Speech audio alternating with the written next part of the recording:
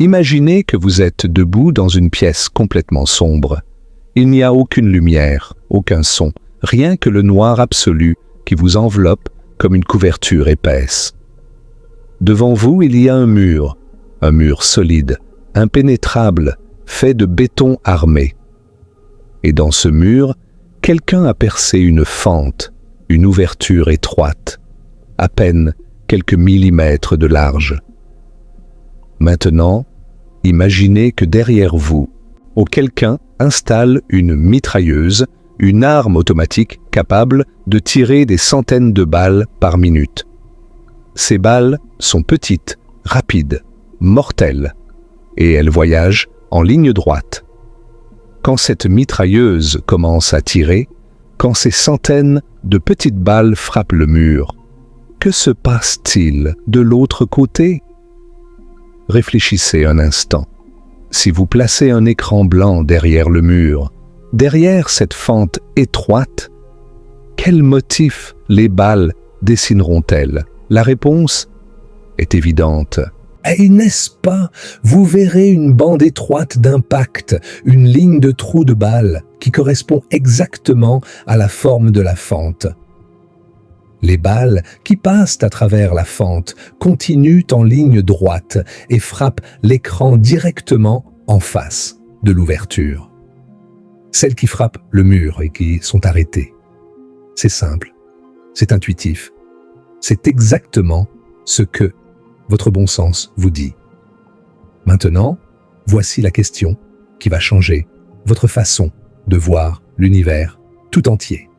Que se passe-t-il si, et au lieu de balles, vous envoyez de la lumière à travers cette même fente? Si la lumière était véritablement composée de minuscules projectiles, de petites billes d'énergie volant en ligne droite, comme des balles microscopiques, alors vous devriez voir exactement la même chose, une bande lumineuse étroite sur l'écran, correspondant à la forme de la fente. Mais ce n'est absolument pas ce qui se passe. Ce que vous voyez à la place est si étrange, si contraire à l'intuition, et si profondément perturbant que cela a remis en question tout ce que l'humanité croyait savoir sur la nature de la lumière pendant plus de 300 ans.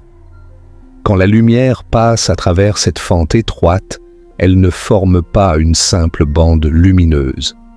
Au lieu de cela, elle s'étale, elle se répand, elle se disperse dans des directions où aucune balle ne pourrait jamais aller.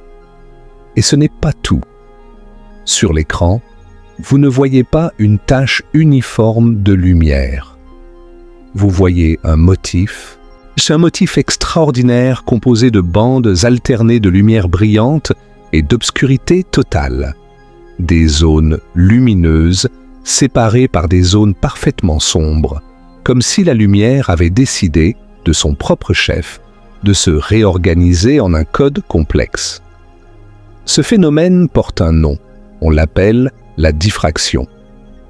Et c'est ce phénomène, cette simple observation, que n'importe qui peut reproduire avec un laser et un cheveu, qui prouve de manière absolue, irréfutable et définitive, que la lumière ne peut pas être simplement un flux de minuscules projectiles.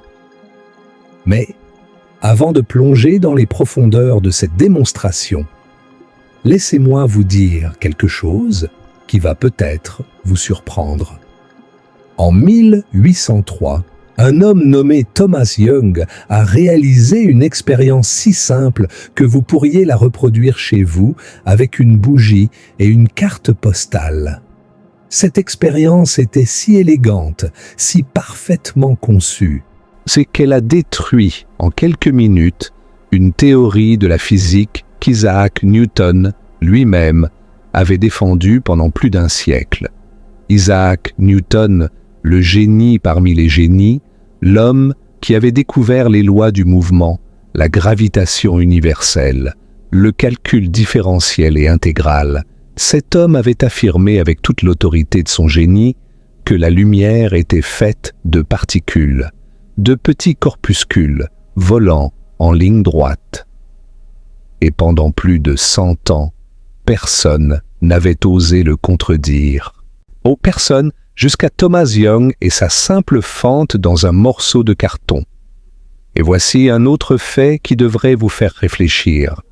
Si la lumière était véritablement composée de minuscules projectiles, si elle se comportait comme un flux de balles microscopiques, alors votre signal Wi-Fi ne pourrait jamais vous atteindre dans la pièce d'à côté.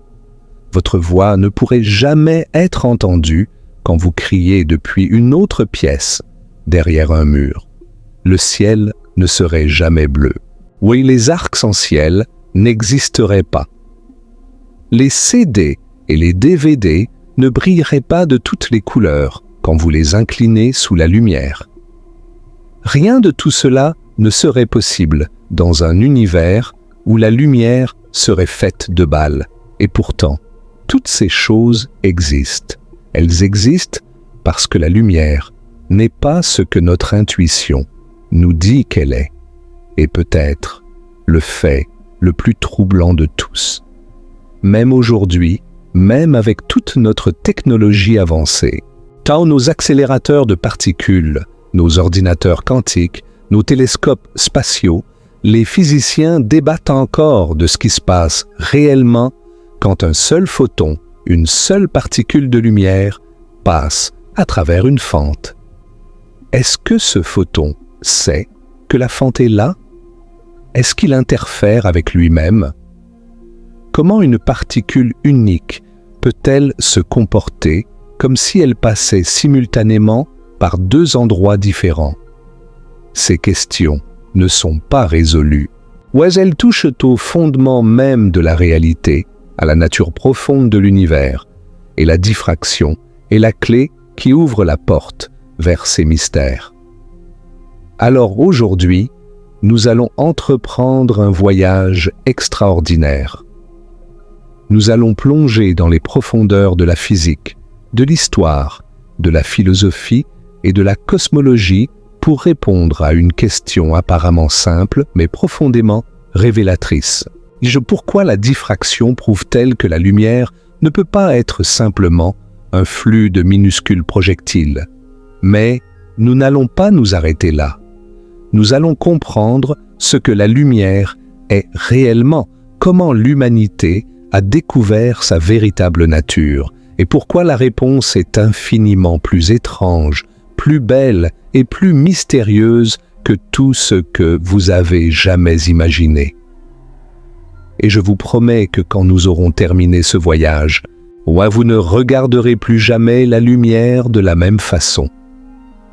Avant de plonger dans les profondeurs de ce sujet fascinant, si vous êtes le genre de personne qui aime comprendre l'univers à son niveau le plus fondamental, si vous aimez avoir l'esprit émerveillé par la science, alors prenez un moment pour vous abonner à cette chaîne et activer la cloche de notification. Ce que nous allons explorer ensemble aujourd'hui va véritablement transformer votre compréhension du monde qui vous entoure. Maintenant, commençons ce voyage depuis le tout début. Pour comprendre pourquoi la diffraction détruit la théorie des projectiles, nous devons d'abord comprendre pourquoi cette théorie était si convaincante en premier lieu. Pourquoi des esprits aussi brillants qu'Isaac Newton croyaient-ils que la lumière était faite de particules? La réponse est simple et profonde à la fois. Nous, les êtres humains, comprenons le monde à travers notre expérience quotidienne. Et dans notre expérience quotidienne, la lumière semble se comporter exactement comme un flux de projectiles minuscules et incroyablement rapides.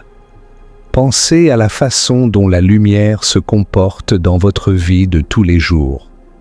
Quand vous allumez une lampe torche dans une pièce sombre, vous voyez un faisceau de lumière qui voyage en ligne droite. Si vous placez votre main devant la lampe, vous créez une ombre nette, une ombre aux bords bien définis. L'ombre a exactement la forme de votre main. La lumière ne se faufile pas autour de vos doigts. Elle ne contourne pas votre main pour éclairer ce qui se trouve derrière. Elle voyage en ligne droite, elle est bloquée par votre main. Et voilà une ombre nette. C'est exactement ce que feraient des balles. Si vous tiriez des balles sur un mur et que vous mettiez votre main devant, les balles seraient arrêtées par votre main et il y aurait une zone protégée derrière elle. Une ombre de balles, si vous voulez. Et ce n'est pas seulement les ombres. Regardez comment la lumière se réfléchit sur un miroir. Quand un faisceau de lumière frappe un miroir, il rebondit dans une direction précise, comme une balle qui rebondit sur un mur. L'angle de réflexion est égal à l'angle d'incidence. C'est une loi simple, élégante, et elle fonctionne parfaitement si vous imaginez la lumière comme de petites boules qui rebondissent sur une surface lisse. Prenez une balle de tennis et lancez-la contre un mur lisse, et qu'elle rebondit dans la direction opposée avec le même angle. La lumière fait exactement la même chose avec un miroir. Coïncidence ? Pour Newton, certainement pas. Et puis, il y a la façon dont la lumière traverse les lentilles, la réfraction. Quand la lumière passe de l'air dans le verre, elle change de direction. Elle se courbe. Et quand elle sort du verre et retourne dans l'air, elle se courbe à nouveau. C'est ce qui permet aux lentilles de concentrer la lumière. Et c'est ce qui fait fonctionner vos lunettes, vos appareils photo, vos télescopes. Newton pouvait expliquer cela avec son modèle de particules aussi. Il supposait que les particules de lumière accéléraient quand elles entraient dans un milieu plus dense, comme le verre, et ce changement de vitesse causait le changement de direction. C'était une explication incorrecte, comme nous le découvrirons plus tard, mais elle semblait parfaitement raisonnable à l'époque. Et la couleur ? Newton avait réalisé une expérience célèbre avec un prisme montrant que la lumière blanche était composée de toutes les couleurs de l'arc-en-ciel. Dans son modèle corpusculaire, les différentes couleurs correspondaient à des corpuscules de tailles différentes. Les corpuscules rouges étaient plus grands, les corpuscules violets étaient plus petits. Simple, intuitif, élégant. Quand Newton publia son grand ouvrage Optics en 1704, le monde scientifique fut convaincu. Et que la lumière était faite de particules, cas clos. Mais il y avait quelque chose de plus puissant que les arguments scientifiques en jeu ici. Il y avait le poids écrasant de la réputation de Newton. Isaac Newton n'était pas simplement un scientifique parmi d'autres. Il était considéré comme le plus grand génie que l'humanité ait jamais produit. Sa Philosophia Naturalis, Principia Mathematica, avait révolutionné notre compréhension de l'univers. Et il avait expliqué pourquoi les planètes tournent autour du Soleil, pourquoi les pommes tombent des arbres, pourquoi les marées montent et descendent. Cet homme avait apparemment compris les lois fondamentales de l'univers. Qui oserait le contredire sur la nature de la lumière ? Et c'est exactement ce qui s'est passé. Pendant plus d'un siècle, après la publication d'Optics, la théorie corpusculaire de Newton a dominé la physique de la lumière, presque sans contestation. Et les scientifiques qui auraient pu proposer des alternatives ont été découragés, ignorés ou simplement intimidés par l'ombre immense de Newton. C'est une leçon profonde sur la nature de la science et sur les dangers de l'argument d'autorité. En science, la vérité ne dépend pas de qui la proclame, aussi brillant soit-il. La vérité dépend des preuves, Et les preuves, comme nous allons le voir, allaient bientôt raconter une histoire très différente. Mais avant de révéler ces preuves, nous devons nous arrêter et nous poser une question fondamentale. Si la lumière est faite de minuscules projectiles qui voyagent en ligne droite, comment expliquer certaines observations troublantes? Par exemple, que se passe-t-il quand deux faisceaux de lumière se croisent? Si vous allumez deux lampes torches et que vous faites se croiser leurs faisceaux, que devrait-il se passer si la lumière est faite de particules? Les particules d'un faisceau devraient entrer en collision avec les particules de l'autre faisceau. Certaines particules devraient être déviées, d'autres devraient être arrêtées. Les faisceaux devraient se perturber mutuellement. Mais, dans la réalité, quand deux faisceaux de lumière se croisent, ils passent l'un à travers l'autre sans aucune perturbation. Chaque faisceau continue son chemin, comme si l'autre n'existait pas. Des balles ne font pas ça, et des balles qui se percutent déviennent de leur trajectoire. Mais les faisceaux de lumière se traversent mutuellement comme des fantômes. C'est le premier indice que quelque chose ne va pas avec la théorie des projectiles. Et puis, il y a la question de ce qui se passe au bord d'une ombre. Si vous examinez très attentivement le bord de l'ombre, projeté par un objet éclairé, par une source lumineuse, ponctuelle, vous ne verrez pas une transition nette entre la lumière et l'ombre. Non, vous verrez quelque chose d'étrange, une série de fines bandes alternées de lumière et d'obscurité juste au bord de l'ombre, comme si la lumière hésitait, vacillait, oscillait entre présence et absence.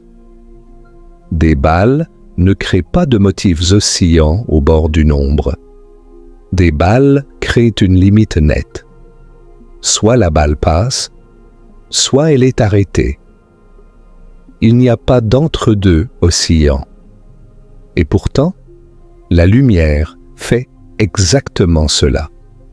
Ces indices, ces anomalies, donc ces petites fissures dans la façade parfaite de la théorie corpusculaire, étaient là depuis le début. Mais pendant un siècle, elles ont été ignorées, minimisées ou expliquées de manière ad hoc. Il a fallu attendre qu'un homme suffisamment courageux et suffisamment brillant décide de regarder ces anomalies en face et de se demander ce qu'elles signifiaient réellement. Mais avant de rencontrer cet homme, nous devons d'abord comprendre l'alternative. Nous devons comprendre ce qu'est une onde. Et c'est ici que notre voyage prend une tournure véritablement fascinante, car pour comprendre pourquoi la diffraction détruit la théorie des projectiles, nous devons d'abord comprendre profondément ce qu'est une onde, comment elle se comporte, et surtout, quelles propriétés magiques elle possède, que les projectiles ne possèdent pas et ne pourront jamais posséder. Qu'est-ce qu'une onde? Au niveau le plus fondamental, une onde est une perturbation qui se propage à travers l'espace en transportant de l'énergie sans transporter de matière. Relisez cette phrase, car elle contient l'essence même de ce qui distingue une onde d'un projectile. Un projectile, une balle par exemple, transporte à la fois de l'énergie et de la matière d'un point à un autre. La balle elle-même voyage physiquement du canon de l'arme jusqu'à sa cible. Mais une onde fait quelque chose de radicalement différent. Elle transporte de l'énergie d'un point à un autre sans que aucune matière ne fasse le voyage. Pensez à une vague dans l'océan. Quand vous voyez une vague se propager à travers la surface de l'eau, vous pourriez penser que l'eau elle-même se déplace horizontalement, de la haute mer vers la plage, mais ce n'est pas le cas. Si vous placez un bouchon de liège sur l'eau et que vous observez ce qui se passe quand une vague passe, vous verrez que le bouchon monte et descend, mais il ne se déplace pas horizontalement avec la vague. L'eau locale monte et descend, mais elle ne voyage pas avec la vague. Ce qui voyage, c'est la perturbation, le motif de montée et de descente. C'est l'énergie qui se propage, pas la matière. C'est profondément différent d'un projectile. De même, pensez aux ondes sonores. Quand vous parlez à quelqu'un à l'autre bout d'une pièce, votre voix ne transporte pas de molécules d'air de votre bouche à leur oreille. Ce qui se passe, c'est que les molécules d'air près de votre bouche sont comprimées, puis elles repoussent les molécules voisines qui repoussent les leurs, et ainsi de suite, créant une onde de compression qui voyage à travers l'air. Chaque molécule individuelle ne se déplace que d'une distance infime, oscillant d'avant en arrière, autour de sa position d'équilibre. Mais le motif de compression, l'onde, se propage à travers toute la pièce à environ 340 mètres par seconde. Encore une fois, est énergie transportée sans transport de matière. Maintenant, pour comprendre la diffraction, nous devons comprendre les propriétés fondamentales des ondes. Chaque onde est caractérisée par plusieurs grandeurs essentielles.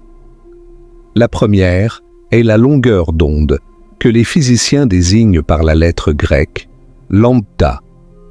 La longueur d'onde est la distance entre deux crêtes consécutives de l'onde, ou entre deux creux consécutifs, ou plus généralement, entre deux points consécutifs qui se trouvent dans le même état de vibration. Pour les vagues de l'océan, la longueur d'onde peut être de plusieurs mètres. Pour les ondes sonores, elle varie de quelques centimètres à plusieurs mètres selon la fréquence du son. Et pour la lumière visible, la longueur d'onde est extraordinairement petite, entre environ 400 nanomètres pour la lumière violette et 700 nanomètres pour la lumière rouge. Un nanomètre, c'est un milliardième de mètre. Donc c'est inimaginablement petit, et c'est cette petitesse extraordinaire qui a rendu la nature ondulatoire de la lumière si difficile à détecter pendant si longtemps. La deuxième propriété est la fréquence, désignée par la lettre F. La fréquence est le nombre de crêtes qui passent par un point donné en une seconde. Elle est mesurée en Hertz. Les ondes sonores audibles ont des fréquences entre environ 20 Hz et 20 000 Hz. Les ondes radio ont des fréquences de quelques milliers de Hertz à plusieurs milliards de Hertz. Et la lumière visible? Sa fréquence est stupéfiante, environ 400 à 800 billions de Hertz, soit 4 à 8 fois 10 puissance 14 Hertz. C'est un nombre si grand qu'il défie l'imagination. La troisième propriété est l'amplitude, qui mesure la hauteur de l'onde, la distance entre la position d'équilibre et le sommet de la crête. Pour une onde sonore, l'amplitude est liée à l'intensité du son, à son volume. Hertz pour la lumière, l'amplitude est liée à l'intensité lumineuse, à la brillance. Plus l'amplitude est grande, plus la lumière est brillante, plus le son est fort, plus la vague est haute. Et puis, il y a la vitesse de l'onde, la vitesse à laquelle la perturbation se propage. Cette vitesse est liée à la longueur d'onde et à la fréquence par une relation simple mais fondamentale. La vitesse est égale à la fréquence multipliée par la longueur d'onde. V égale F fois lambda. Et cette relation est universelle. Elle s'applique à toutes les ondes, des vagues de l'océan aux ondes sonores, en passant par la lumière. Et pour la lumière dans le vide, cette vitesse est une constante universelle de la nature, environ 300 000 km par seconde, la vitesse la plus rapide que quoi que ce soit puisse atteindre dans l'univers. Enfin, il y a la phase qui décrit à quel point de son cycle d'oscillation se trouve l'onde à un instant donné. À imaginer deux vagues identiques se propageant côte à côte. Si leurs crêtes coïncident exactement, elles sont en phase. Si la crête de l'une coïncide avec le creux de l'autre, elles sont en opposition de phase, décalées d'une demi-longueur d'onde. La phase peut prendre n'importe quelle valeur intermédiaire. Et comme nous allons le voir, la notion de phase est absolument cruciale pour comprendre la diffraction. Maintenant que nous avons compris les propriétés de base des ondes, nous arrivons au cœur de la question. Qu'est-ce qui rend les ondes fondamentalement différentes des projectiles? La réponse tient en deux propriétés extraordinaires que les ondes possèdent et que les projectiles ne possèdent pas et ne pourront jamais posséder. Ces deux propriétés sont l'interférence et la diffraction. Et ce sont ces deux propriétés qui vont détruire la théorie des projectiles lumière de manière irréparable. Commençons par l'interférence, car c'est le phénomène le plus directement destructeur pour la théorie des projectiles. L'interférence est la capacité de deux ondes à se combiner, à s'additionner quand elles se rencontrent. Cela semble simple, mais les conséquences sont extraordinaires. Quand deux ondes se rencontrent, elles obéissent à un principe appelé le principe de superposition. Ce principe dit que quand deux ondes occupent le même espace au même moment, mais la perturbation résultante est simplement la somme des perturbations individuelles. Si deux crêtes se rencontrent, elles s'additionnent pour former une crête plus grande. C'est ce qu'on appelle l'interférence constructive. La combinaison des deux ondes produit une onde plus grande, plus intense, plus puissante que chacune des ondes individuelles. Mais voici où les choses deviennent véritablement extraordinaires. Si une crête d'une onde rencontre le creux d'une autre onde, et si les deux ondes ont la même amplitude, elles s'annulent mutuellement. La crête et le creux se compensent exactement et le résultat est zéro. Rien. L'absence totale de perturbation. C'est l'interférence destructive. Deux ondes qui se combinent pour produire rien du tout. Arrêtez-vous un instant et réfléchissez à ce que cela signifie. Deux lumières plus deux lumières égale parfois zéro lumière. 2 plus 2 égale 0. C'est de la folie, n'est-ce pas? Ah, c'est complètement contraire à notre intuition. Si vous avez deux lampes torches et que vous les pointez toutes les deux au même endroit sur un mur, vous vous attendez à ce que cet endroit soit plus lumineux. Et dans la plupart des cas, c'est ce qui se passe. Mais dans certaines conditions très spécifiques, quand les deux sources de lumière sont cohérentes et que le décalage de phase est exactement d'une demi-longueur d'onde, les deux lumières se combinent pour produire de l'obscurité. Aux deux lumières font le noir. C'est l'un des phénomènes les plus contre-intuitifs et les plus merveilleux de toute la physique, et c'est absolument impossible avec des projectiles. Si vous avez deux mitrailleuses tirant des balles au même endroit, vous n'obtiendrez jamais 0 balle. Deux flux de balles ne s'annulent pas mutuellement. Les balles sont des objets physiques qui occupent de l'espace et qui ne peuvent pas simplement disparaître parce qu'une autre balle arrive au même moment. L'interférence destructive est un phénomène purement ondulatoire. C'est la signature indubitable, la preuve irréfutable qu'un phénomène est de nature ondulatoire et non corpusculaire. Visualisons cela avec une image plus concrète. Imaginez un étang parfaitement calme, pas une ride à sa surface. Maintenant, vous laissez tomber 2 pierres identiques simultanément à 2 endroits différents de l'étang, séparés d'environ 1 mètre.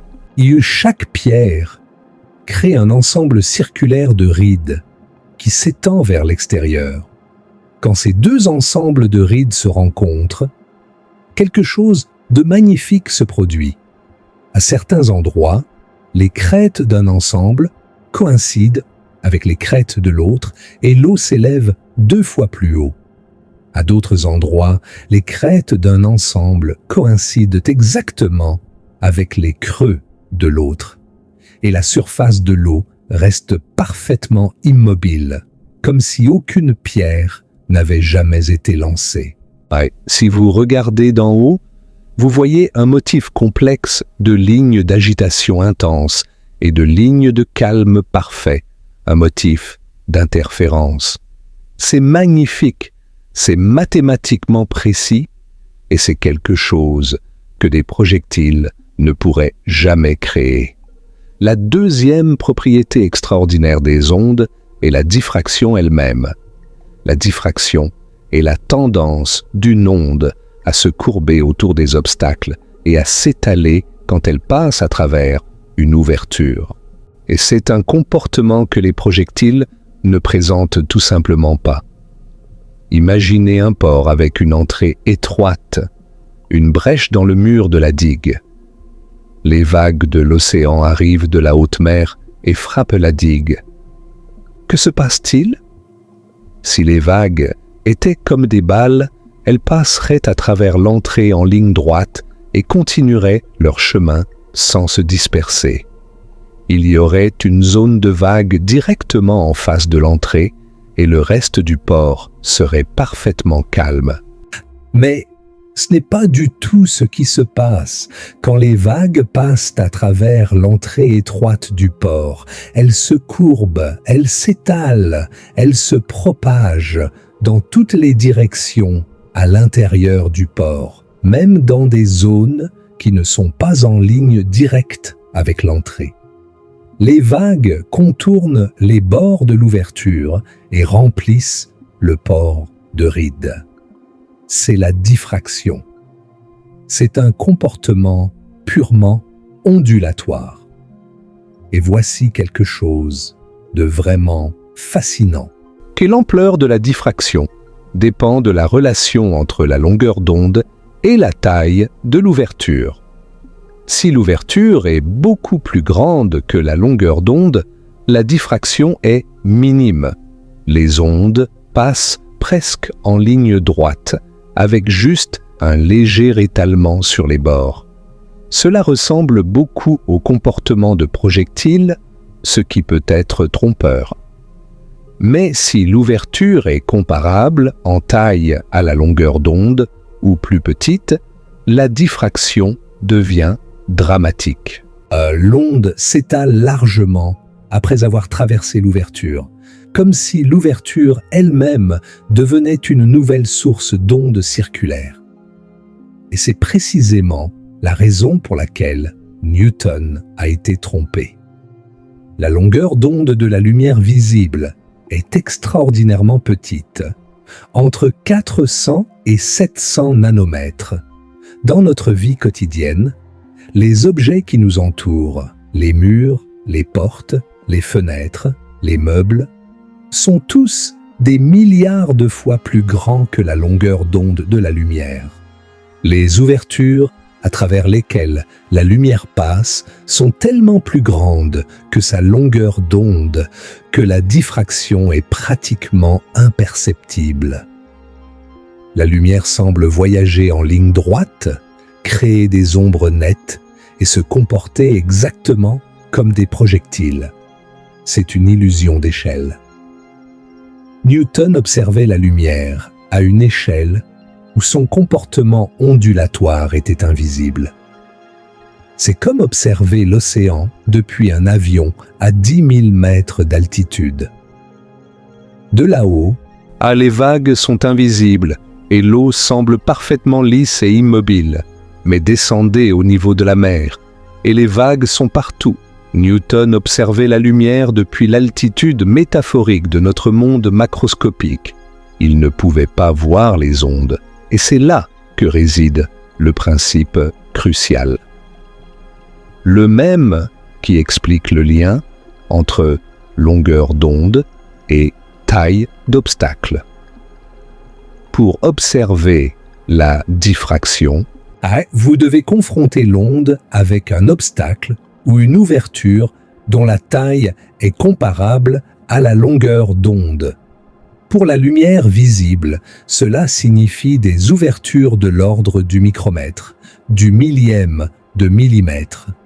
C'est pourquoi il a fallu des expériences très soigneuses et très précises pour mettre en évidence la diffraction de la lumière.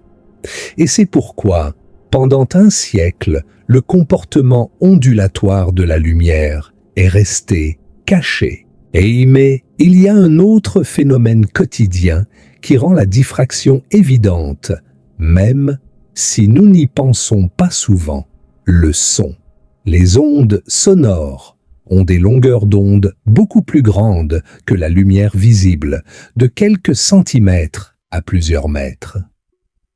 Les ouvertures de notre vie quotidienne, les portes, les fenêtres, sont comparables en taille à ces longueurs d'onde. C'est pourquoi le son peut facilement contourner les obstacles et passer à travers les ouvertures. Donc vous pouvez entendre quelqu'un parler dans la pièce d'à côté, même si vous ne pouvez pas les voir. Le son diffracte autour du cadre de la porte et remplit la pièce adjacente. La lumière, elle, ne le fait pas, du moins pas à l'échelle de nos portes et fenêtres. La lumière semble s'arrêter net au bord de l'ombre. Mais c'est uniquement parce que la longueur d'onde de la lumière est si petite par rapport à la porte que la diffraction est insignifiante.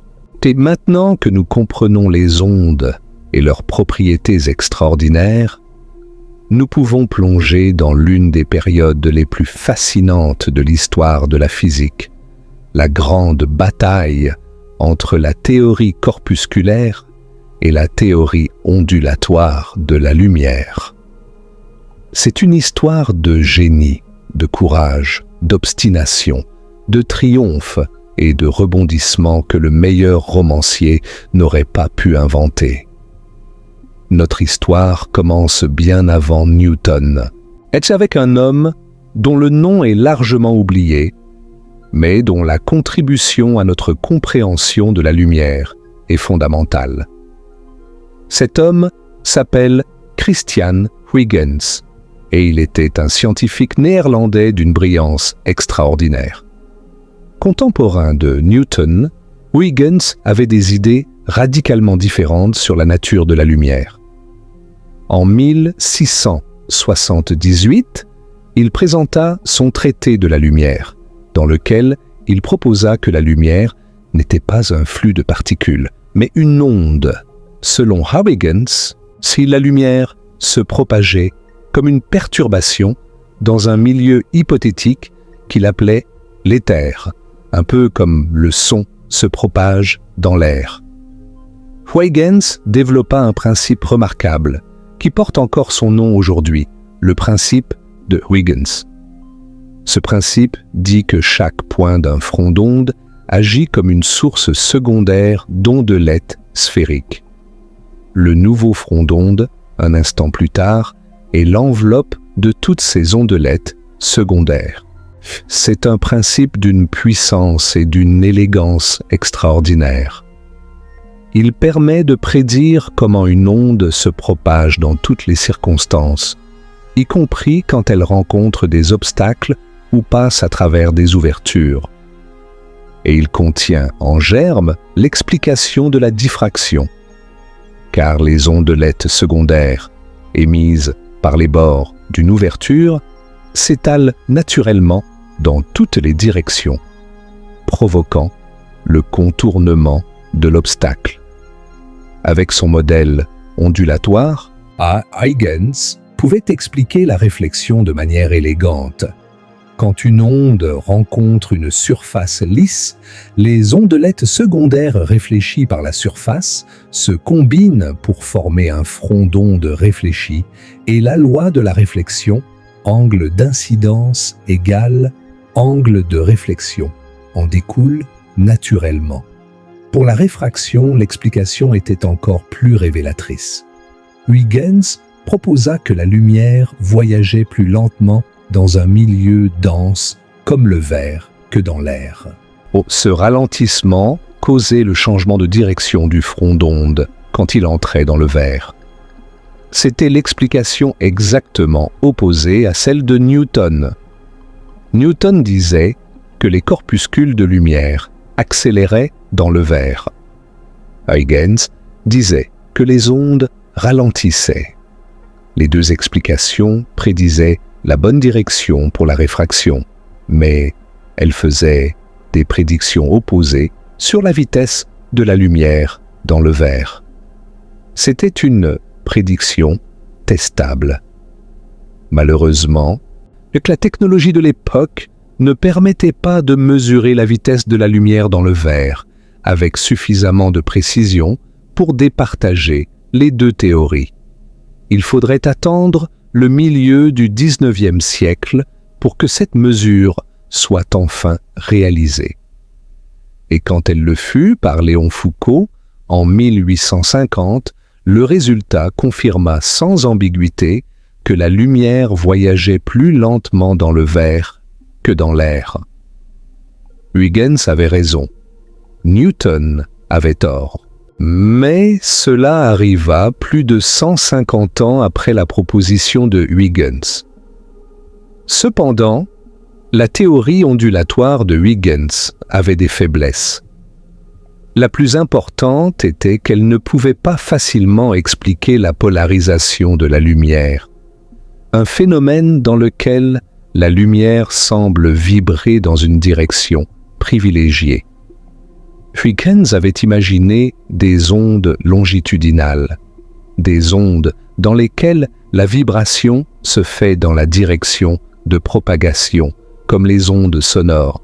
Oui, mais la polarisation nécessitait des ondes transversales, des ondes dans lesquelles la vibration est perpendiculaire à la direction de propagation. Et il semblait absurde que l'éther, ce milieu hypothétique dans lequel la lumière était censée se propager, puisse supporter des ondes transversales. Un milieu qui supporte des ondes transversales doit avoir les propriétés d'un solide, pas d'un fluide. Et imaginer que tout l'espace est rempli d'un solide invisible était difficile à accepter. Et au-delà de ces problèmes techniques, Huygens avait un problème bien plus redoutable. Il n'était pas Newton. La réputation, l'autorité, le prestige de Newton étaient si écrasants que la théorie ondulatoire de Huygens fut largement ignorée. Pendant un siècle, de 1704 à environ 1800, la physique de la lumière fut dominée par la théorie corpusculaire de Newton. C'est ce que les historiens appellent parfois le siècle sombre de l'optique, non pas parce qu'il n'y eut aucun progrès, mais parce que le progrès fut considérablement ralenti par le poids de l'autorité de Newton. C'est une leçon que nous ne devrions jamais oublier. En science, l'autorité n'est pas un argument. Le fait qu'une idée soit défendue par le plus grand génie du monde ne la rend pas vraie. Seules les preuves comptent. Seules les expériences comptent. Et comme nous allons le voir, quand les expériences furent enfin réalisées avec suffisamment de soin et de précision, elles racontèrent une histoire que même le fantôme de Newton ne pouvait contester. Mais avant même Thomas Young et son expérience révolutionnaire, il y avait un précurseur, un homme qui avait en fait découvert la diffraction bien avant que quiconque ne sache quoi en faire. Son nom était Francesco Maria Grimaldi, un prêtre jésuite et physicien italien. En 1665, Grimaldi publia ses observations sur un phénomène qu'il fut le premier à décrire et à nommer, qu'il laissa un mince faisceau de lumière passer par un petit trou et observa que la tache lumineuse sur l'écran était légèrement plus large que ce que la géométrie simple prédisait. La lumière s'était étalée au-delà des limites de l'ombre géométrique. Et non seulement cela, mais il observa aussi des franges colorées le long des bords de la tache. Grimaldi appela ce phénomène diffractio, du latin diffringere, briser en morceaux. Il avait découvert la diffraction de la lumière. Mais il ne comprenait pas ce qu'il voyait. Il ne disposait pas du cadre théorique ondulatoire nécessaire pour interpréter ses observations. Ces découvertes furent publiées à titre posthume et attirèrent peu d'attention, éclipsées par l'autorité de Newton. Robert Hooke, le brillant polymathe anglais rival de Newton, avait aussi proposé une théorie ondulatoire de la lumière. Mais la relation personnelle hostile entre Hooke et Newton garantissait que les idées de Hooke sur la lumière seraient combattues avec acharnement. Newton, qui était aussi vengeur qu'il était brillant, s'assura que la théorie corpusculaire resta dominante. La légende raconte même que Newton attendit la mort de Hooke en 1703 avant de publier son Optics en 1704, sachant que le principal défenseur de la théorie ondulatoire ne serait plus là pour le contester. Et puis, au tournant du XIXe siècle, un jeune médecin anglais nommé Thomas Young décida de s'attaquer au problème de la nature de la lumière. Thomas Young est l'un des personnages les plus fascinants de l'histoire de la science. C'était un polymathe accompli, un génie universel qui maîtrisait des dizaines de domaines différents.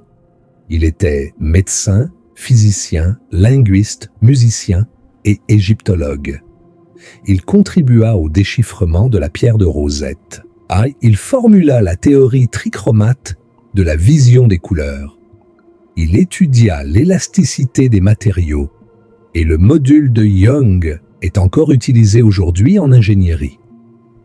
Et il réalisa ce qui est peut-être l'expérience la plus élégante et la plus dévastatrice de l'histoire de la physique, l'expérience de la double fente.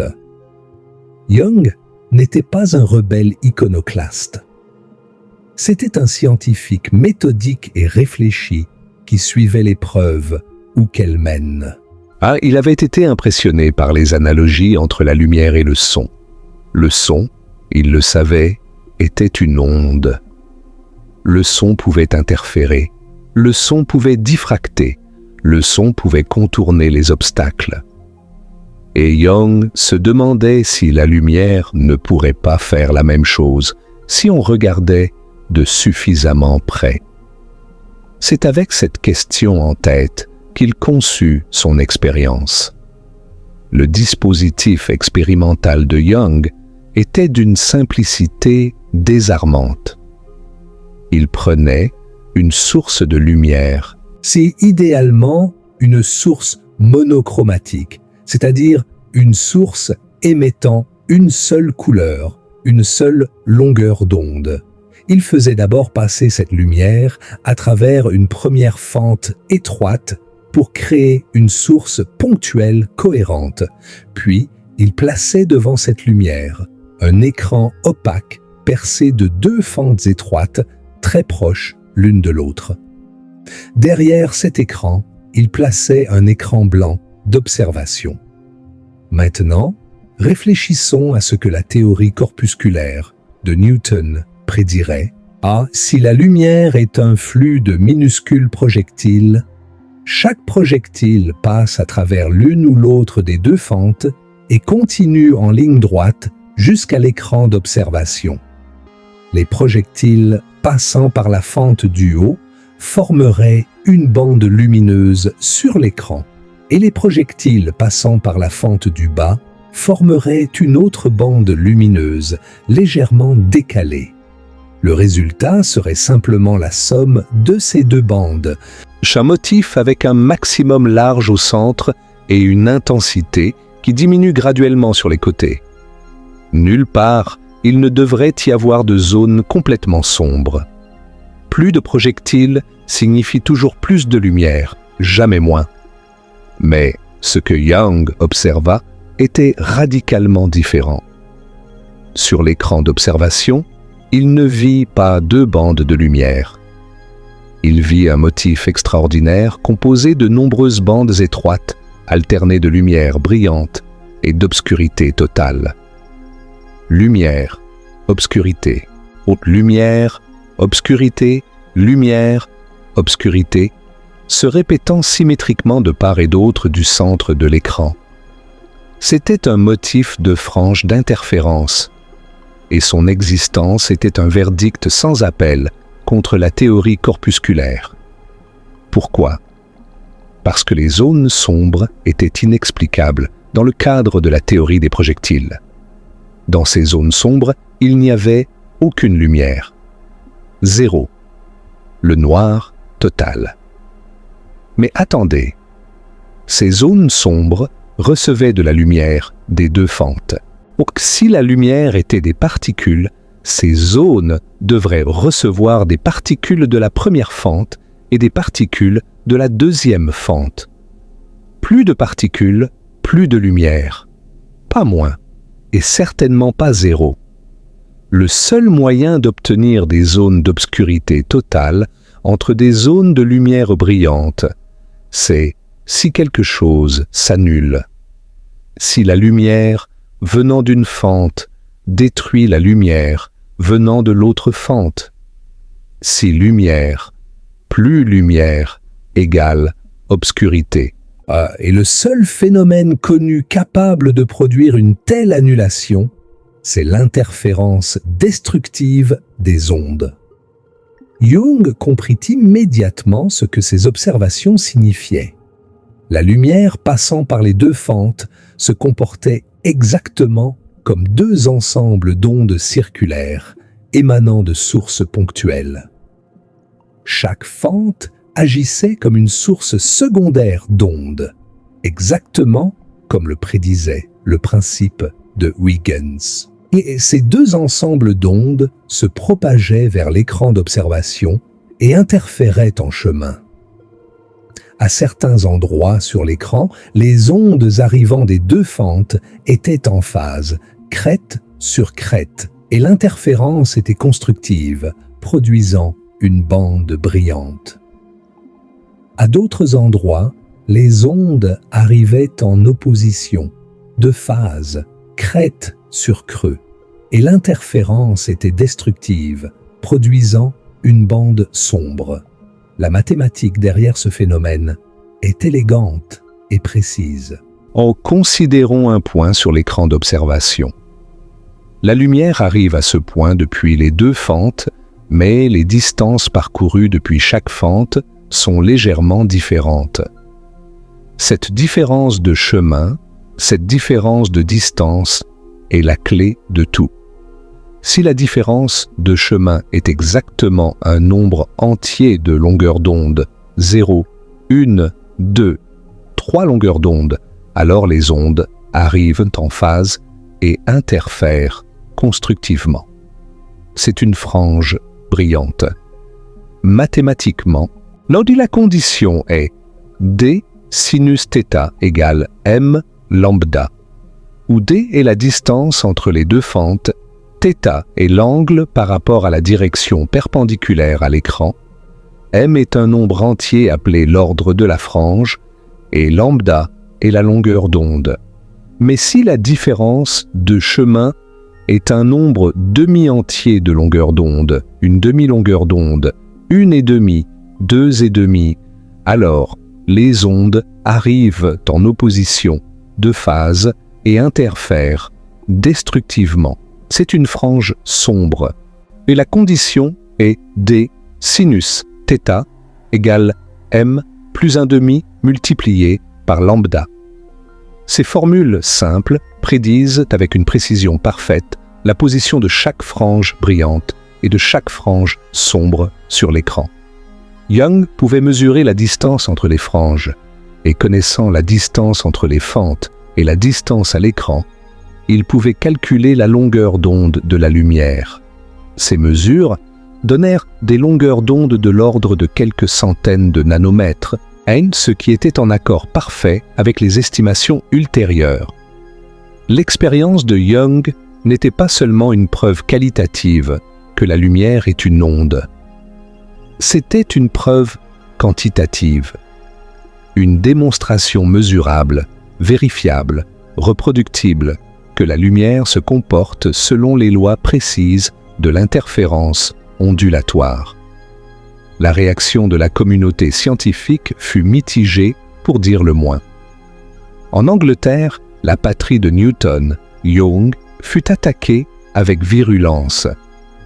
Un critique anonyme, plus tard identifié comme Lord Brougham, publia une série d'articles dévastateurs dans la Edinburgh Review, ridiculisant Young et sa théorie ondulatoire.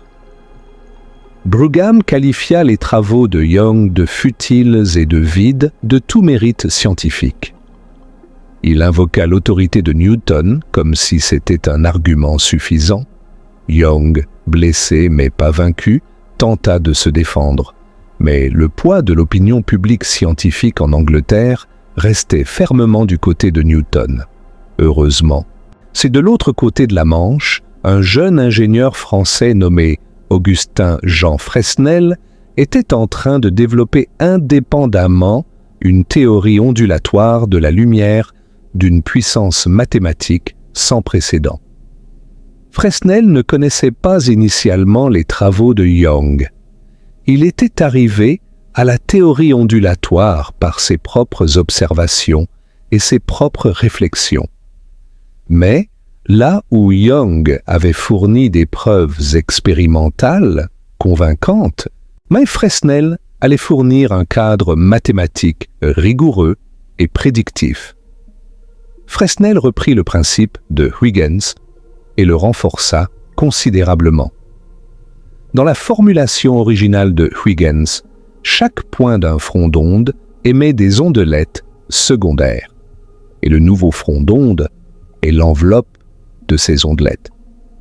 Mais cette formulation avait un problème. Les ondelettes secondaires devraient se propager dans toutes les directions, y compris en arrière. Or, la lumière ne voyage pas en arrière. Non, Fresnel résout ce problème en ajoutant l'interférence à la construction de Huygens. Dans ce qui est maintenant connu comme le principe de Huygens-Fresnel, les ondelettes secondaires émises par tous les points du front d'onde interfèrent les unes avec les autres. Quand on calcule soigneusement cette interférence, on constate que les ondelettes se renforcent mutuellement dans la direction de propagation et s'annulent mutuellement dans la direction arrière. Que le résultat est une onde qui se propage uniquement vers l'avant, exactement comme observé. Avec ce principe enrichi, Fresnel pouvait calculer le motif de diffraction produit par n'importe quel obstacle ou n'importe quelle ouverture, avec une précision mathématique parfaite. Et c'est ici que survient l'un des épisodes les plus délicieux de l'histoire de la physique, l'histoire du point de Poisson, aussi connu sous le nom de tache d'Arago. En 1818, Fresnel soumit son travail sur la diffraction à un concours de l'Académie des sciences de Paris. Le comité de jugement comprenait plusieurs physiciens éminents, dont Siméon Denis Poisson, un partisan convaincu de la théorie corpusculaire. Poisson examina attentivement les calculs de Fresnel et découvrit une conséquence qu'il jugeait absurde. Selon les calculs de Fresnel, si vous placez un petit disque opaque dans un faisceau de lumière, le motif de diffraction devrait contenir un point brillant exactement au centre de l'ombre du disque, au centre même de l'ombre, là où, intuitivement, il devrait y avoir le maximum d'obscurité. Poisson était ravi. Il pensait avoir trouvé la preuve définitive que la théorie ondulatoire était absurde. Un point brillant au centre d'une ombre. C'est ridicule. Cela prouve que la théorie est fausse. Il présenta ce résultat au comité comme un argument écrasant contre Fresnel. Mais François Arago, un autre membre du comité et un expérimentateur de génie, décida de faire réellement l'expérience. Il installa un petit disque métallique dans un faisceau de lumière et observa l'ombre sur un écran. Et là, exactement au centre de l'ombre, brillant comme un petit diamant dans l'obscurité, il y avait un point lumineux. Le point de Poisson existait réellement. La prédiction prétendument absurde de la théorie ondulatoire était confirmée par l'expérience. Ce fut l'un des plus grands retournements de situation dans l'histoire de la science. Un argument conçu pour détruire la théorie ondulatoire devint la preuve la plus spectaculaire de sa validité. Poisson avait voulu ridiculiser Fresnel, et il avait involontairement fourni la démonstration la plus convaincante que la lumière est une onde.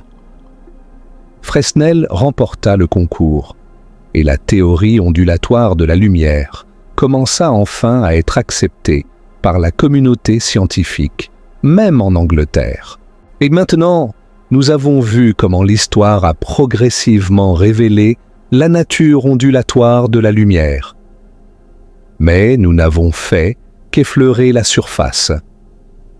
Il est temps maintenant de plonger véritablement en profondeur dans le phénomène de la diffraction lui-même, de le disséquer sous tous les angles, de comprendre chaque aspect de ce qu'il nous révèle sur la nature de la lumière et de montrer de manière systématique et irréfutable pourquoi chaque caractéristique de la diffraction est absolument incompatible avec l'idée que la lumière pourrait être un simple flux de projectiles. Et en passant, si vous avez voyagé avec nous jusqu'ici à travers l'histoire et la physique, laissez un commentaire et dites-moi, que pensez-vous que la lumière est vraiment? Une onde? Une particule? Quelque chose d'entièrement différent? Votre réponse pourrait changer d'ici la fin de cette vidéo. Et assurez-vous d'être abonné. Car ce que nous allons explorer maintenant va véritablement repousser les limites de votre compréhension. Commençons par le cas le plus fondamental de la diffraction par une fente unique. C'est le cas le plus simple, le plus pur, et c'est aussi celui qui porte le coup le plus direct à la théorie des projectiles. Le dispositif est d'une simplicité extrême. Vous avez une source de lumière monochromatique, de la lumière d'une seule longueur d'onde, une seule couleur. Si vous avez un écran opaque avec une seule fente étroite, et derrière cet écran, vous avez un écran blanc d'observation. Demandons-nous d'abord ce que la théorie des projectiles prédirait. Si la lumière est faite de minuscules balles voyageant en ligne droite, les balles qui passent à travers la fente continueraient en ligne droite et formeraient sur l'écran une bande lumineuse ayant exactement la même largeur que la fente. Les bords de cette bande seraient nets, bien définis. Et si vous réduisez la largeur de la fente, la bande lumineuse devrait devenir plus étroite proportionnellement. La logique est impeccable si la lumière est des projectiles. Fente plus étroite, bande plus étroite. Fente plus large, bande plus large. Simple. Mais la réalité est radicalement différente. Quand la lumière passe à travers une fente étroite, voici ce que l'on observe réellement. Premièrement, le motif lumineux sur l'écran n'est pas une bande étroite de la même largeur que la fente.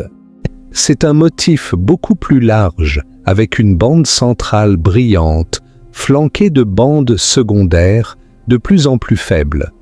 La bande centrale est significativement plus large que la fente elle-même.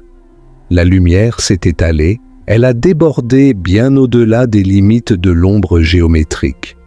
C'est déjà incompatible avec les projectiles. Des balles passant à travers une fente ne devraient jamais former une tache plus large que la fente. Deuxièmement, et c'est encore plus dévastateur pour la théorie des projectiles, il y a des zones complètement sombres de part et d'autre de la bande centrale, des franges sombres où aucune lumière n'arrive, zéro lumière. Des zones d'obscurité totale, dans des régions qui, du point de vue de la géométrie simple, devraient recevoir au moins un peu de lumière diffusée. Comment des zones sombres peuvent-elles exister si la lumière est faite de projectiles? Des projectiles ne disparaissent pas en chemin. Ils arrivent ou ils n'arrivent pas. Ils ne forment pas de motifs alternés de présence et d'absence. Troisièmement, et c'est peut-être le fait le plus destructeur de tous pour la théorie des projectiles, quand vous réduisez la largeur de la fente, le motif de diffraction devient plus large, pas plus étroit. C'est exactement le contraire de ce que les projectiles prédisent. Avec des balles, fente plus étroite signifie bande plus étroite. Avec la lumière réelle, fente plus étroite signifie motif plus large. La lumière s'étale davantage quand l'ouverture est plus petite. C'est de la folie du point de vue des projectiles. C'est parfaitement logique du point de vue des ondes, car nous avons vu que la diffraction est plus prononcée quand l'ouverture est comparable ou inférieure à la longueur d'onde.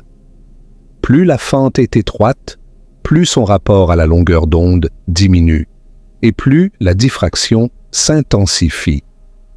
Maintenant, pourquoi la diffraction par une fente unique produit-elle ce motif spécifique? La réponse réside dans le principe de Huygens-Fresnel, et c'est un raisonnement d'une beauté mathématique profonde. Quand la lumière atteint la fente, selon le principe de Huygens, chaque point de l'ouverture agit comme une source secondaire d'ondelettes. Ces ondelettes se propagent dans toutes les directions vers l'écran d'observation. Et c'est l'interférence entre ces innombrables ondelettes qui crée le motif de diffraction. Considérons d'abord ce qui se passe exactement au centre de l'écran dans la direction perpendiculaire à la fente. Toutes les ondelettes émises par tous les points de la fente parcourent la même distance pour atteindre ce point central. Puisqu'elles parcourent toutes la même distance, elles arrivent toutes en phase. Crête sur crête, creux sur creux. L'interférence est parfaitement constructive et le résultat est une intensité maximale. C'est la bande centrale brillante. Maintenant, considérons ce qui se passe à un angle θ par rapport à la perpendiculaire.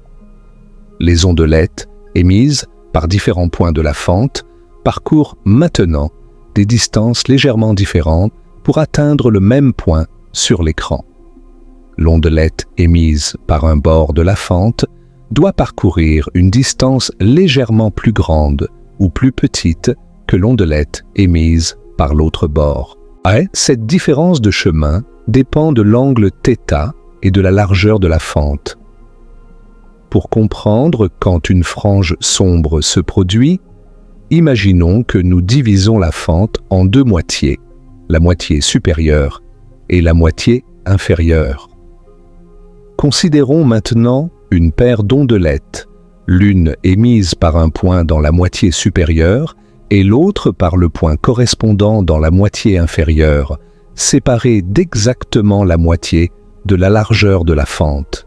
Si l'angle θ est tel que la différence de chemin entre ces deux ondelettes est exactement une demi-longueur d'onde, alors ces deux ondelettes interfèrent destructivement et s'annulent mutuellement. Et cette même relation est vraie pour chaque paire de points correspondant dans les deux moitiés de la fente. Toutes les ondelettes s'annulent par paires, et le résultat est une intensité nulle, une frange sombre. La condition pour que cela se produise est que A sinus θ soit égal à lambda, Où A est la largeur de la fente. C'est le premier minimum de diffraction. De manière similaire, on peut diviser la fente en 4 parties, en 6 parties, et ainsi de suite, pour trouver les conditions des minima d'ordre supérieur. La condition générale, pour les minima de diffraction par une fente unique, est A sinus θ égale m lambda, où m est un nombre entier, non nul, 1, 2, 3, et ainsi de suite. Chaque valeur de m correspond à une frange sombre sur l'écran. Entre ces franges sombres se trouvent des franges brillantes secondaires, des maxima secondaires. Mais ces maxima secondaires sont beaucoup moins intenses que le maximum central. Le premier maximum secondaire ne contient qu'environ 4,5% de l'intensité du maximum central. Le deuxième maximum secondaire, environ 1,6%. Et ainsi de suite, diminuant rapidement. La grande majorité de la lumière se concentre dans le maximum central. Un autre fait remarquable est que le maximum central est exactement 2 fois plus large que chacun des maxima secondaires. Cette asymétrie, le fait que la bande centrale est 2 fois plus large que les bandes latérales, est une signature caractéristique de la diffraction par une fente unique. Elle est parfaitement prédite par la théorie ondulatoire et n'a absolument aucune explication dans le cadre de la théorie des projectiles. Le profil d'intensité de la diffraction par une fente unique est donné par une fonction mathématique spécifique.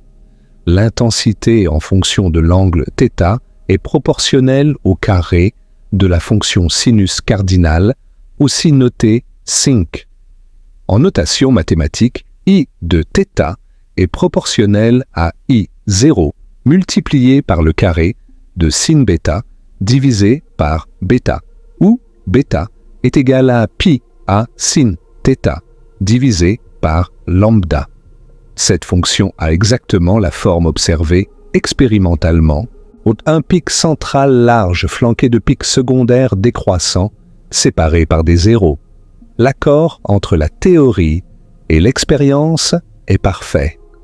Au niveau de précision le plus élevé que nos instruments peuvent mesurer, la théorie ondulatoire ne prédit pas simplement l'existence qualitative de la diffraction. Elle prédit quantitativement chaque détail du motif de diffraction, la position de chaque frange brillante, la position de chaque frange sombre, l'intensité relative de chaque maximum. Et chaque prédiction est confirmée par l'expérience. Récapitulons les 5 arguments irréfutables que la diffraction par une fente unique fournit contre la théorie des projectiles. Premièrement, des projectiles ne peuvent pas s'étaler au-delà des limites de l'ouverture. La lumière le fait. Deuxièmement, des projectiles ne peuvent pas créer des zones d'obscurité totale dans des régions qui devraient recevoir de la lumière. La lumière le fait. Troisièmement, un flux de projectiles passant par une ouverture plus étroite devrait produire une bande plus étroite, pas plus large. La lumière fait le contraire. Quatrièmement, des projectiles ne créent pas un motif qui dépend de leur taille. Le motif de diffraction de la lumière dépend explicitement de la longueur d'onde. Cinquièmement, le profil d'intensité complexe observé expérimentalement correspond exactement à ce que la théorie ondulatoire prédit et n'a aucune explication dans le cadre de la théorie corpusculaire. Chacun de ces arguments individuellement serait suffisant pour remettre en question la théorie des projectiles. Ensemble, ils la détruisent complètement. Maintenant, passons au cas plus spectaculaire de la diffraction par deux fentes, l'expérience de Young revisitée avec notre compréhension plus profonde. Quand la lumière passe à travers deux fentes étroites et proches, le motif observé sur l'écran est le résultat de deux phénomènes superposés, la diffraction et l'interférence. Chaque fente individuelle produit son propre motif de diffraction, exactement comme nous venons de le décrire. Mais en plus, les ondes émanant des deux fentes interfèrent l'une avec l'autre, créant un motif de frange d'interférence à l'intérieur de l'enveloppe de diffraction. Le résultat est un motif d'une complexité et d'une beauté extraordinaire. L'enveloppe globale de l'intensité est déterminée par la diffraction de chaque fente individuelle. C'est la grande forme avec son maximum central large et ses maxima secondaires décroissants. À l'intérieur de cette enveloppe, l'interférence entre les deux fentes crée des franges rapides, alternant rapidement entre brillant et sombre. L'intensité totale est le produit de deux facteurs. Des champs, le facteur de diffraction qui dépend de la largeur de chaque fente et le facteur d'interférence qui dépend de la distance entre les deux fentes. La formule mathématique exacte de l'intensité est une expression qui combine ces deux effets. L'intensité I de θ est proportionnelle à I0 multiplié par le carré de sinus bêta sur bêta, qui est le facteur de diffraction, multiplié par le cosinus carré de delta sur 2, qui est le facteur d'interférence. Ici, Bakri bêta est égal à pi a sin θ divisé par lambda, où a est la largeur de chaque fente, et delta est égal à 2 pi d sin θ divisé par lambda, où d est la distance entre les centres des deux fentes. Cette formule prédit des choses fascinantes. Par exemple, elle prédit que certaines franges d'interférence seront manquantes. Si un maximum d'interférence coïncide avec un minimum de diffraction, ce maximum sera absent du motif. Et cela se produit quand la distance entre les fentes est un multiple entier de la largeur de chaque fente. On appelle ces franges manquantes des ordres manquants, et leur position est parfaitement prédite par la formule. Et effectivement, quand on réalise l'expérience, ces ordres manquants sont exactement là où la théorie les prédit. C'est un niveau de précision et de pouvoir prédictif que la théorie corpusculaire ne peut même pas commencer à approcher. Si quand on change les paramètres de l'expérience, la théorie ondulatoire prédit exactement comment le motif changera. Si on augmente la distance entre les fentes, les franges d'interférence se rapprochent. Si on augmente la largeur des fentes, l'enveloppe de diffraction se rétrécit. Si on change la longueur d'onde de la lumière, tout le motif s'étire ou se comprime proportionnellement. Et si on utilise de la lumière blanche au lieu de lumière monochromatique, chaque longueur d'onde produit son propre motif de frange, et les motifs se superposent pour créer des franges colorées magnifiques avec de véritables arcs-en-ciel de chaque côté du centre. Chaque prédiction est confirmée avec une précision parfaite par l'expérience. Et tout cela est complètement, absolument, irrémédiablement inexplicable si la lumière est un flux de projectiles. Un projectile passe par une fente ou par l'autre. Il ne passe pas par les deux simultanément. Oh, il ne peut pas interférer avec lui-même. Et il ne peut certainement pas créer des zones d'obscurité en arrivant au même endroit qu'un autre projectile. La double fente n'est pas seulement une preuve que la lumière est une onde. C'est un verdict sans appel, une condamnation définitive de toute tentative de décrire la lumière comme un simple flux de particules classiques.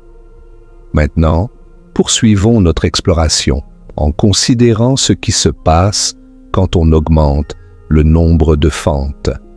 3 fentes, ou 4 fentes, 5 fentes, 10 fentes, 100 fentes, 1000 fentes.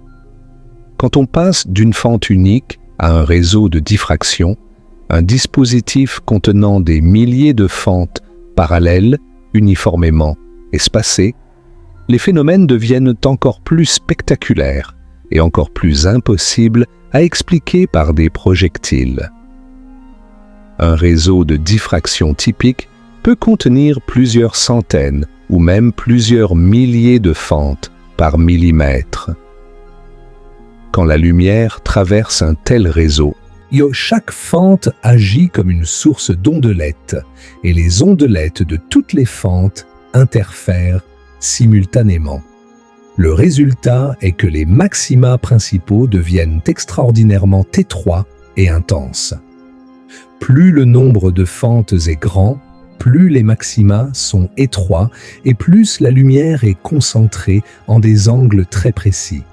La position de ces maxima principaux est donnée par l'équation du réseau d sinus θ égale m lambda, où d est la distance entre deux fentes adjacentes et m est l'ordre de diffraction. C'est la même condition que pour la double fente, mais avec un réseau, les maxima sont incroyablement nets, comme des lignes laser, plutôt que des bandes larges. C'est cette netteté qui fait des réseaux de diffraction des outils scientifiques d'une puissance extraordinaire. Pourquoi ces maxima sont-ils si nets? Parce que, avec des milliers de fentes, pour que toutes les ondelettes soient en phase et interfèrent constructivement, l'angle doit être exactement correct. Le moindre écart d'angle fait que les contributions de certaines fentes commencent à interférer destructivement avec celles d'autres fentes. Avec seulement 2 fentes, il y a une certaine tolérance. Avec des milliers de fentes, la tolérance est extrêmement réduite. Le résultat est des pics incroyablement précis, séparés par de vastes régions d'obscurité presque totale.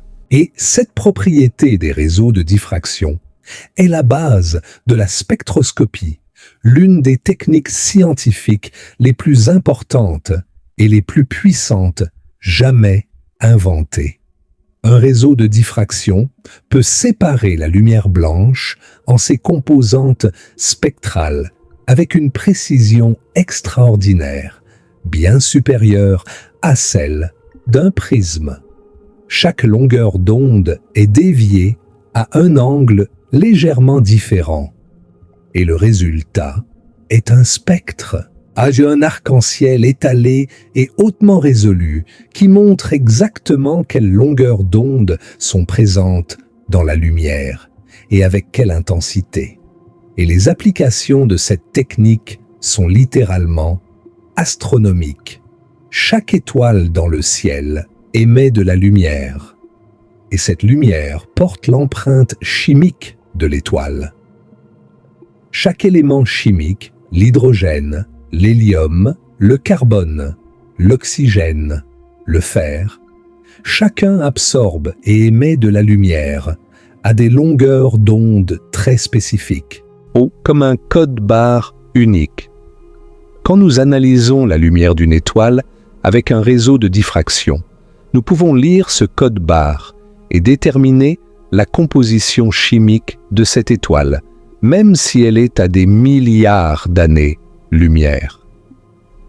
Nous pouvons aussi déterminer sa température, sa vitesse par rapport à nous grâce au décalage Doppler, sa vitesse de rotation et même la présence de champs magnétiques grâce à l'effet Zeeman. Toutes ces informations sont extraites grâce à la diffraction. Sans la diffraction, sans le comportement ondulatoire de la lumière, nous ne saurions rien sur la composition chimique des étoiles. Nous serions aveugles à la chimie de l'univers. Et il y a un aspect de cette situation qui est profondément ironique. Si la lumière était vraiment un simple flux de projectiles, un réseau de diffraction ne serait rien de plus qu'une passoire sophistiquée. Les projectiles passeraient à travers les trous et continueraient en ligne droite. Il n'y aurait pas de séparation des longueurs d'onde, pas de spectre, pas de code-barre chimique. La spectroscopie n'existerait tout simplement pas, et pourtant, c'est l'un des outils les plus puissants de toute la science. Si la lumière était des balles, nous ne pourrions pas savoir de quoi les étoiles sont faites. Vous voyez probablement les CD et les DVD briller de toutes les couleurs quand vous les inclinez sous la lumière. Ces couleurs irisées ne sont pas de la peinture. Elles sont causées par la diffraction. La surface d'un CD contient des milliards de minuscules sillons disposés en spirale. Et ces sillons agissent comme un réseau de diffraction, séparant la lumière blanche ambiante en ses couleurs composantes et renvoyant chaque couleur dans une direction légèrement différente. Quand vous inclinez le CD, vous changez l'angle d'observation et vous voyez différentes couleurs. C'est la diffraction qui crée ces arcs-en-ciel quotidiens. Et c'est quelque chose que des projectiles ne pourraient jamais faire. Passons maintenant à un autre cas fascinant de diffraction, la diffraction par une ouverture circulaire. Quand la lumière passe non pas à travers une fente, mais à travers un trou rond, le motif de diffraction n'est pas des bandes alternées, mais un ensemble d'anneaux concentriques. Au centre se trouve un disque brillant, le disque d'Airy, ou nommé d'après l'astronome George Biddell Airy, qui en fit l'analyse mathématique détaillée. Autour de ce disque central se trouvent des anneaux alternativement sombres et brillants, de plus en plus faibles à mesure qu'on s'éloigne du centre. Ce motif d'Airy est d'une importance capitale pour toute la science de l'optique et de l'astronomie. Car chaque instrument optique, chaque télescope, chaque microscope, chaque appareil photo, chaque œil humain possède une ouverture circulaire, l'objectif ou la pupille.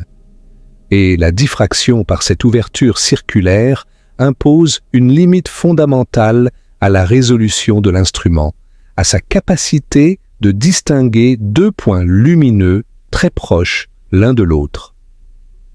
Le critère de Rayleigh est la mesure conventionnelle de cette limite de résolution. Deux points lumineux sont considérés comme juste résolus quand le centre du disque d'Airy de l'un coïncide avec le premier anneau sombre de l'autre. Ce critère donne un angle minimum de résolution, θ, égal à 1,22 lambda divisé par d, où d est le diamètre de l'ouverture. Plus l'ouverture est grande, plus l'angle minimum est petit et plus l'instrument peut résoudre de détails fins. C'est pourquoi les télescopes doivent être grands. Ce n'est pas principalement pour collecter plus de lumière, même si c'est aussi un avantage. C'est pour réduire la diffraction et améliorer la résolution. pensez à ce que cela signifie. Et chaque photographie que vous avez jamais prise, chaque image du télescope spatial Hubble, chaque chose que vous avez jamais vue avec vos yeux, tout cela est limité par la diffraction. La diffraction est le mur ultime contre lequel tout système optique se heurte. Vous ne pouvez jamais voir de détails plus fins que ce que la diffraction permet, peu importe la qualité de vos lentilles, peu importe la perfection de votre miroir.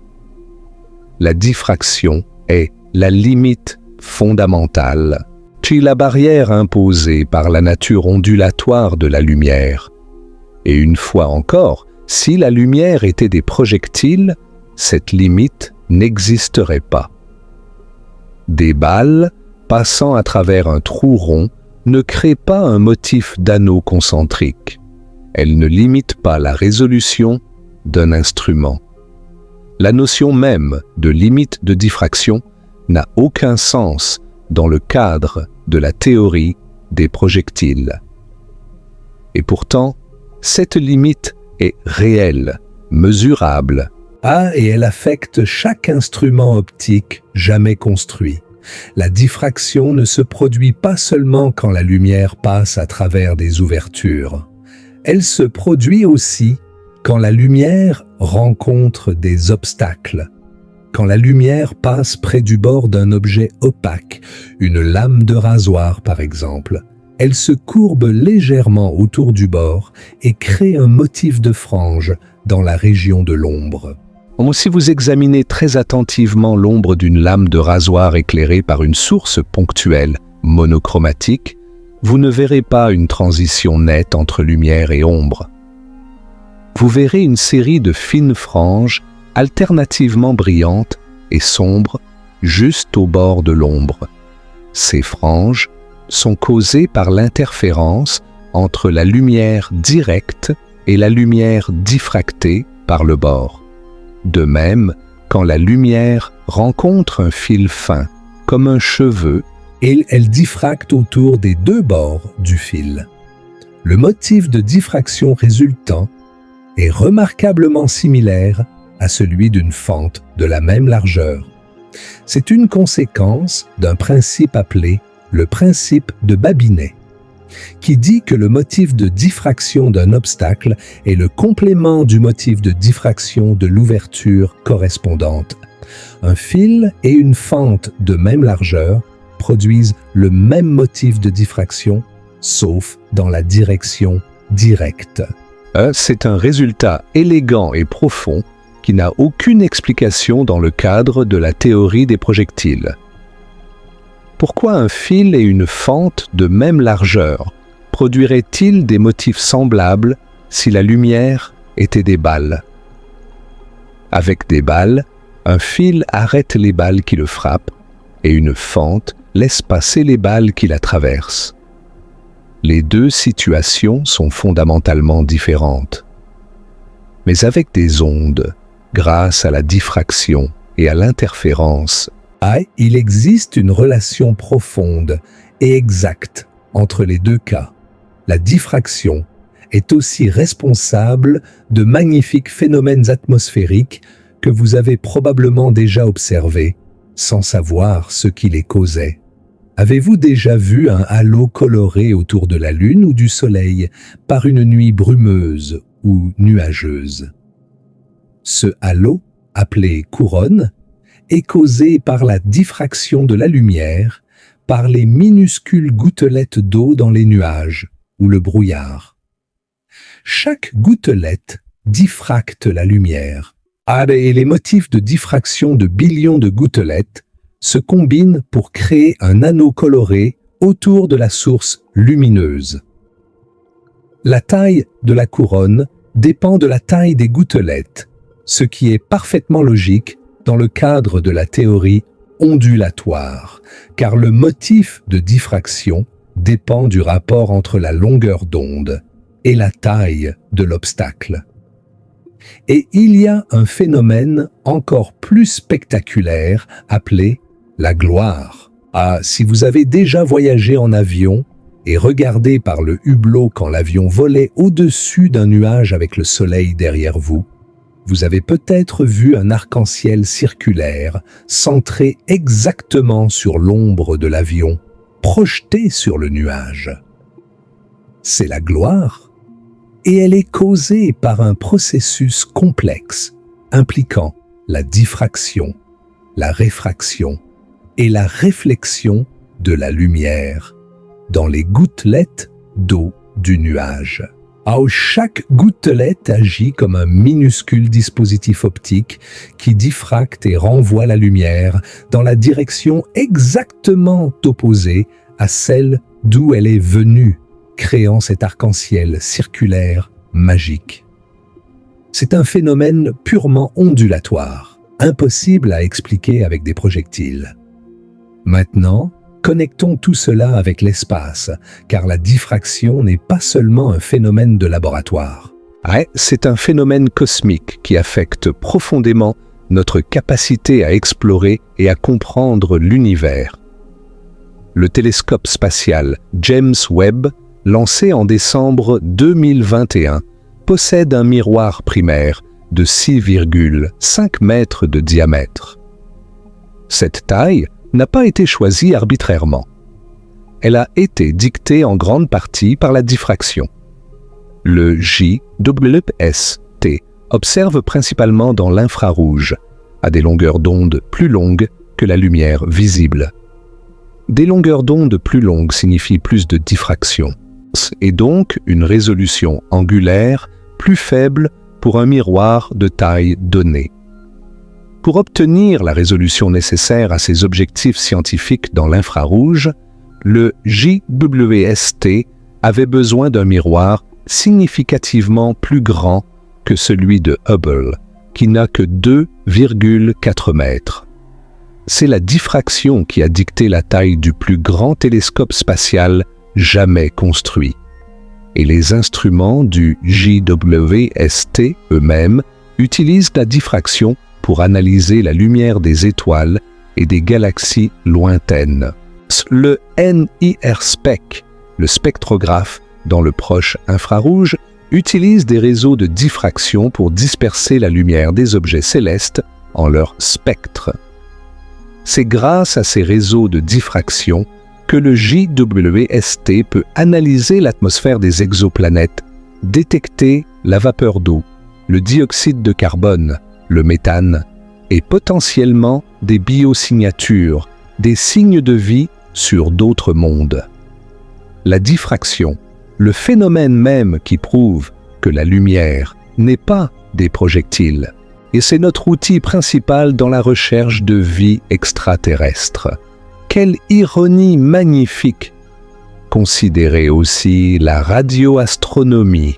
Les ondes radio ont des longueurs d'onde bien plus grandes que la lumière visible, de quelques millimètres à plusieurs mètres. La diffraction est donc encore plus prononcée pour les ondes radio. Pour obtenir une résolution angulaire comparable à celle d'un petit télescope optique, un radiotélescope devrait être absurdement grand. C'est pourquoi les radioastronomes ont inventé l'interférométrie, la technique consistant à combiner les signaux de plusieurs radiotélescopes séparés par de grandes distances. En combinant les signaux de manière cohérente, tenant compte des différences de phase, un réseau de radiotélescopes peut atteindre la résolution angulaire d'un télescope unique ayant un diamètre égal à la distance maximale entre les télescopes du réseau. L'exemple le plus spectaculaire de cette technique est le télescope Event Horizon, le réseau de radiotélescopes qui a produit la première image de l'ombre d'un trou noir en 2019. Pour obtenir une résolution suffisante pour imager un objet aussi petit qu'un trou noir au centre d'une galaxie lointaine, il a fallu combiner les signaux de radiotélescopes situés sur tous les continents, de l'Antarctique à l'Europe, en passant par l'Amérique et Hawaï. La distance maximale entre ces télescopes est essentiellement le diamètre de la Terre elle-même. Ils ont dû construire un télescope de la taille de la Terre pour vaincre la diffraction aux longueurs d'onde radio. C'est la mesure de l'importance fondamentale de la diffraction en astronomie.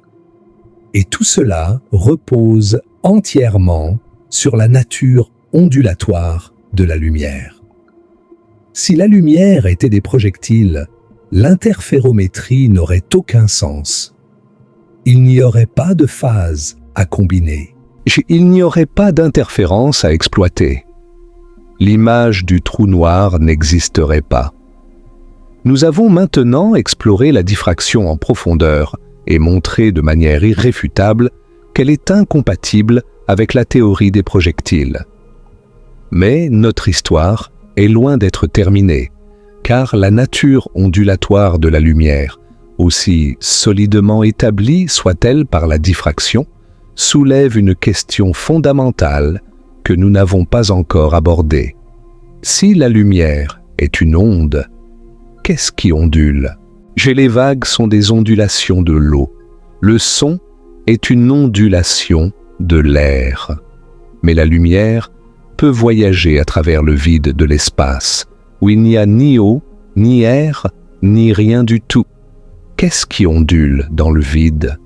C'est cette question qui mena à l'une des plus grandes révolutions de l'histoire de la physique. L'histoire commence avec Michael Faraday, le fils autodidacte d'un forgeron qui devint l'un des plus grands expérimentateurs de tous les temps. Faraday ne maîtrisait pas les mathématiques avancées, mais il avait une intuition physique extraordinaire. Dans les années 1830 et 1840, Faraday réalisa une série d'expériences fondamentales sur l'électricité et le magnétisme.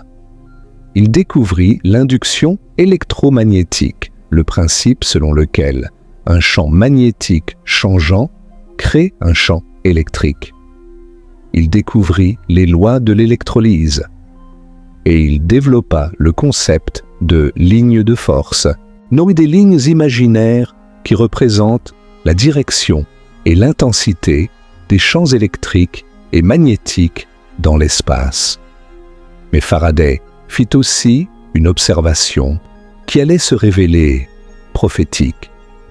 En 1845, il découvrit que quand un faisceau de lumière polarisée traverse un morceau de verre soumis à un champ magnétique puissant, la direction de polarisation de la lumière tourne.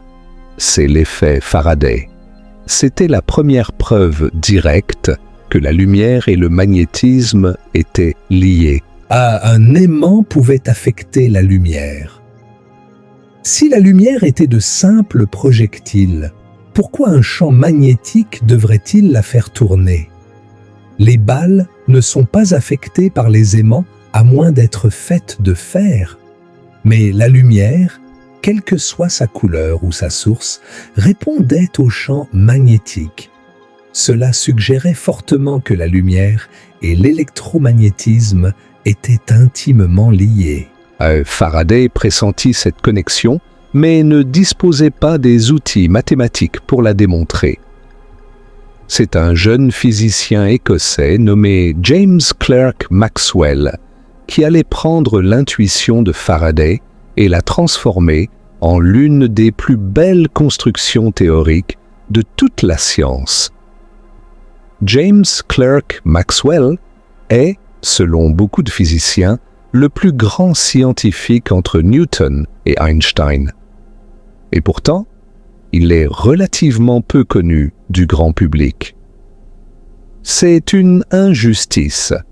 Car ses contributions à la physique sont d'une profondeur et d'une portée stupéfiantes. Dans les années 1860, Maxwell entreprit de codifier toutes les connaissances existantes sur l'électricité et le magnétisme dans un cadre mathématique unifié. Le résultat fut un ensemble de 4 équations, connues aujourd'hui sous le nom d'équations de Maxwell, qui sont universellement considérées comme l'un des plus grands accomplissements intellectuels de l'humanité. Alors, les 4 équations de Maxwell décrivent comment les charges électriques créent des champs électriques, comment il n'existe pas de charge magnétique isolée, comment un champ magnétique qui change dans le temps crée un champ électrique, et comment un champ électrique qui change dans le temps crée un champ magnétique. Cette dernière relation fut la contribution originale de Maxwell. Tous les autres éléments étaient déjà connus grâce aux travaux de Coulomb, Gauss, Ampère et Faraday. Mais Maxwell réalisa qu'il manquait quelque chose à la loi d'Ampère, un terme supplémentaire qui décrivait comment un champ électrique changeant pouvait créer un champ magnétique, tout comme un champ magnétique changeant crée un champ électrique selon la loi de Faraday. Ce terme supplémentaire, que Maxwell appela le courant de déplacement, était la clé de tout. Avec ce terme supplémentaire, les 3e et 4e équations de Maxwell créaient un mécanisme de rétroaction extraordinaire. Un champ électrique changeant crée un champ magnétique. Ce champ magnétique changeant crée à son tour un champ électrique. Ce champ électrique changeant crée encore un champ magnétique. Et ainsi de suite, indéfiniment. Les champs se génèrent mutuellement en une cascade auto-entretenue qui se propage dans l'espace. C'est une onde électromagnétique. Maxwell fit alors le calcul le plus extraordinaire de l'histoire de la physique. Donc il calcula la vitesse à laquelle cette onde électromagnétique devrait se propager. La vitesse dépendait de 2 constantes connues, la permittivité du vide et la perméabilité du vide, qui décrivent respectivement l'intensité des forces électriques et magnétiques. La vitesse de l'onde était égale à 1 divisé par la racine carrée du produit de ces 2 constantes. Quand Maxwell substitua les valeurs mesurées de ces constantes et calcula, le résultat fut environ 300 000 km par seconde. Maxwell reconnut immédiatement cette vitesse. C'était la vitesse de la lumière qui avait été mesurée indépendamment par des méthodes astronomiques et terrestres. La coïncidence était trop frappante pour être accidentelle. Maxwell en tira la conclusion audacieuse et révolutionnaire que la lumière est une onde électromagnétique. La lumière n'est pas une ondulation dans un éther mystérieux. La lumière est une ondulation des champs électriques et magnétiques eux-mêmes. Ce sont les champs qui ondulent, pas un milieu matériel. La lumière est une perturbation auto-entretenue des champs électriques et magnétiques qui se propagent à travers le vide à la vitesse c. C'est l'un de ces moments dans l'histoire de la science où la beauté de la nature se révèle dans toute sa splendeur. 2 phénomènes qui semblaient complètement distincts, la lumière et l'électromagnétisme, étaient en réalité un seul et même phénomène. L'électricité et le magnétisme et la lumière étaient unifiés en une seule théorie cohérente. C'est la première grande unification de la physique et elle reste l'un des accomplissements les plus profonds de l'esprit humain. Mais la théorie de Maxwell ne resta pas longtemps une simple prédiction théorique. En 1887, le physicien allemand Heinrich Hertz réalisa une série d'expériences qui confirmèrent de manière spectaculaire l'existence des ondes électromagnétiques. Hertz construisit un émetteur qui produisait des ondes électromagnétiques de longueur d'onde beaucoup plus grandes que la lumière visible, ce que nous appelons aujourd'hui des ondes radio. Il montra que ces ondes se comportaient exactement comme la lumière. Elle voyageait en ligne droite. Elle se réfléchissait sur les surfaces métalliques. Elle se réfractait quand elle passait d'un milieu à un autre. Elle pouvait être polarisée. Et, de manière cruciale, pour notre discussion, elle diffractait quand elle passait à travers des ouvertures ou autour d'obstacles. Hertz prouva que les ondes radio, la lumière visible et toutes les autres formes de rayonnement électromagnétique étaient fondamentalement le même phénomène, ne différant que par leur longueur d'onde. Les ondes radio ont des longueurs d'onde de quelques millimètres à plusieurs kilomètres. Les micro-ondes ont des longueurs d'onde de quelques millimètres à quelques centimètres. L'infrarouge va de quelques micromètres à quelques millimètres. La lumière visible occupe une minuscule bande entre 400 et 700 nanomètres. L'ultraviolet va de quelques dizaines de nanomètres à 400 nanomètres. Les rayons X ont des longueurs d'onde de quelques dixièmes de nanomètres à quelques dizaines de nanomètres. Et les rayons gamma ont des longueurs d'onde inférieures au dixième de nanomètre. Tous sont des ondes électromagnétiques. Tous diffractent. Et tous sont décrits par les mêmes équations de Maxwell. Et chaque type de rayonnement électromagnétique joue un rôle crucial dans notre exploration de l'univers. Les ondes radio sont utilisées pour communiquer avec les sondes spatiales aux confins du système solaire.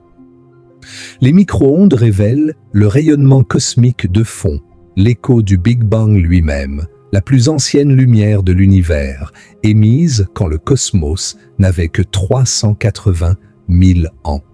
L'infrarouge permet au télescope James Webb de voir les galaxies les plus lointaines, celles dont la lumière a été tellement étirée par l'expansion de l'univers qu'elle est passée du visible à l'infrarouge.